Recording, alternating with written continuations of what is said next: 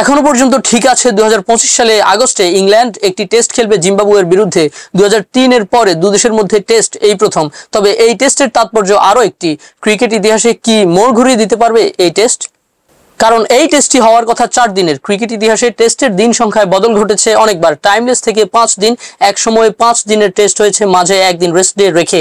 আবার গত 5-6 বছর ধরে 4 দিনের টেস্ট শুরু করা যায় কিনা ভাবনা চিন্তা করছে আইসিসি।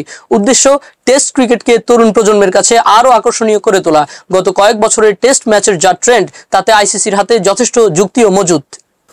গত 2-3 বছরে বেশিরভাগ টেস্ট গুটিয়ে গিয়েছে 5 দিনের পৌঁছানোর আগেই। শুধু 2024 সালের কথাই ধরা যাক, দেখা গিয়েছে এখনো পর্যন্ত সম্পূর্ণ হওয়া 44টি টেস্টের মধ্যে মাত্র 7টি গড়িয়েছে পঞ্চম দিনে। তাও পঞ্চম দিনে সবচেয়ে বেশি খেলা হয়েছে 2টি টেস্টে, একটিতে 47.3 ওভার, অন্যটিতে 49 ওভার।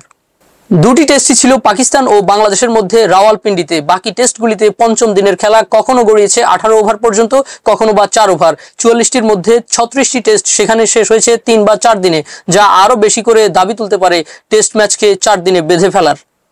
যথারীতি এ নিয়ে যুক্তি পাল্টা যুক্তির যথেষ্ট অবকাশ তৈরি। বছর 5 আগে আইসিসি এরকম ভাবনার কথা জানানোর পরে তার সমালোচনা করেছিলেন ব্রিটেনের বিখ্যাত ক্রিকেট লিখিয়ে বার্নি রোনে। বলেছিলেন 5 দিনের টেস্টের সঙ্গে জড়িয়ে থাকা যাবতীয় রোমাঞ্চ কেড়ে নিতে চলেছে আইসিসি। ক্রিকেটের নিয়ামক সংস্থার ভাবনায় ছিল 4 দিনের টেস্ট হলে প্রতিদিন 90 এর বদলে 98 বা 100 ওভার খেলা হবে। সেক্ষেত্রে সর্বোচ্চ 450 ওভারের বদলে 400 ওভার পর্যন্ত খেলার সুযোগ পাবে 2 টিম।